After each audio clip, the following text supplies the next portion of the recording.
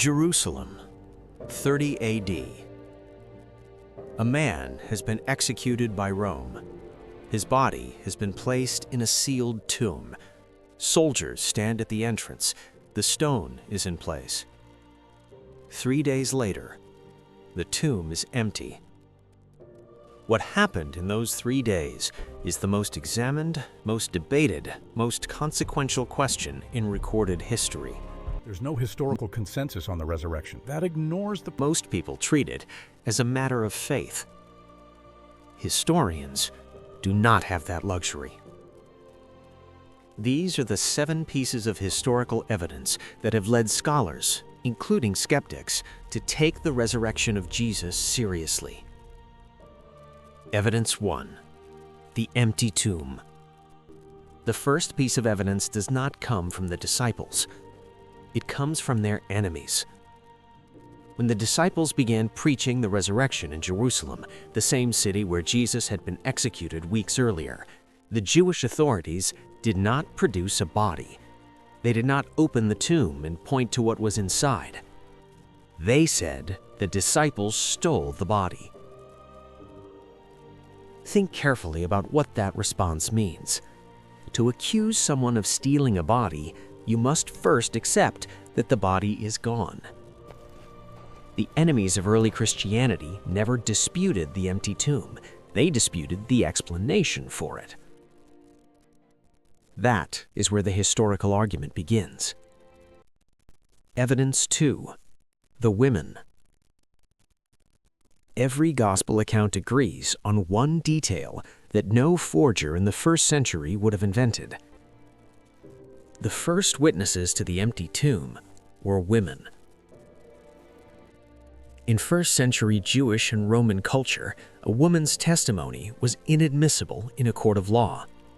Josephus, the Jewish historian, wrote that women should not be admitted as witnesses due to the levity and boldness of their sex.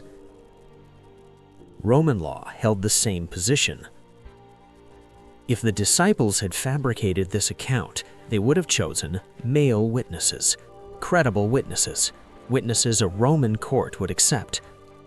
They did not change this detail because they could not change it. It happened. And the most embarrassing part of the account, by first century standards, is the part that is most historically credible. Evidence 3. Paul's Creed. In his first letter to Corinth, the Apostle Paul records something that scholars across the theological spectrum agree predates the letter itself. Christ died for our sins. He was buried. He rose on the 3rd day. He appeared to Peter, then to the 12, then to more than 500 people at one time, most of whom are still alive. New Testament scholars date this creed to within 3 to 5 years of the crucifixion. Not decades, years. Paul is not relaying legend. He is recording testimony from named living people. He states that most of the 500 witnesses are still alive, which in the ancient world was an open invitation to go and ask them. No other event in ancient history has a primary source this close to the event itself. Evidence 4. The disciples. After the crucifixion, the disciples were hiding. The movement was over. The leader had been publicly executed. They scattered. Something happened. Within weeks, these same men were standing in the public squares of Jerusalem, the city where Jesus had just been killed, declaring that he had risen from the dead. They maintained this declaration through imprisonment, through flogging, through execution. Peter was crucified. Paul was beheaded. James was stoned. Not one of them recanted. People die for things they believe to be true, but people do not die for things they know to be false. The disciples gained nothing from preaching the resurrection except persecution, and they kept preaching anyway. Evidence 5. James and Paul. Two of the most significant conversions in history share one thing in common. Both men were hostile to Jesus before they became his most devoted followers. James was the brother of Jesus. The gospel accounts record that during the ministry, James did not believe in him. After the crucifixion, James became the leader of the Jerusalem church and was executed for that position. Paul of Tarsus spent years hunting and imprisoning Christians. Then, by his own account, he encountered the risen Jesus. He spent the rest of his life enduring everything he had previously inflicted on others. Historians have frameworks for explaining why people join movements. They do not have a good framework for hostile witnesses who gain nothing by converting. Evidence 6. Josephus and Tacitus. The historical case does not rest on Christian sources alone.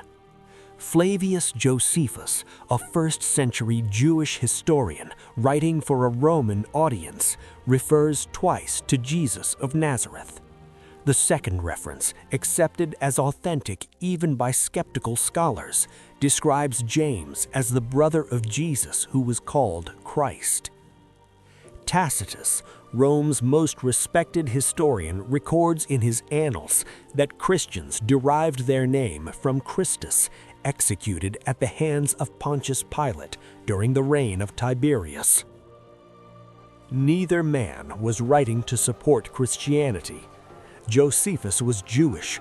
Tacitus held Christians in contempt. And yet both confirm the same central facts. The man existed. He was executed under Pilate. The movement that followed refused to stop.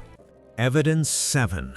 The seventh piece of evidence is the most overlooked and perhaps the most powerful.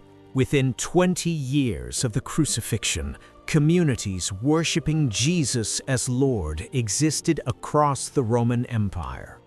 In Jerusalem, Antioch, Corinth, Rome itself, they were not a single ethnic group, not a political faction. Jews and Greeks and Romans and Africans united by one claim that a man executed in Judea had returned from the dead. Movements built on failed messiahs collapsed. This is documented. Josephus records several messianic figures before Jesus whose movements dissolved the moment their leader died. The movement of Jesus did not dissolve. It accelerated. Historians call this the resurrection problem. There is no agreed natural explanation for how a movement built around a crucified criminal became the largest religion in human history within 3 centuries, beginning in the city where that man was publicly executed. You do not have to be a believer to take these 7 facts seriously. The empty tomb acknowledged by enemies, the women as first witnesses, the early creed with named living people who could be questioned, the disciples who died without recanting, the hostile witnesses who became the movement's leaders, the non-Christian historians who confirm the core facts, and the movement that should have collapsed and didn't. Each of these facts is accepted independently by the majority of historians who study this period, including skeptics. The debate is not whether these things happened. The debate is what explains them. The resurrection is the one explanation that accounts for all 7. This is the Chronicler files. History did not end. It is still being written, and it is being misread. Subscribe, and we will keep reading it together.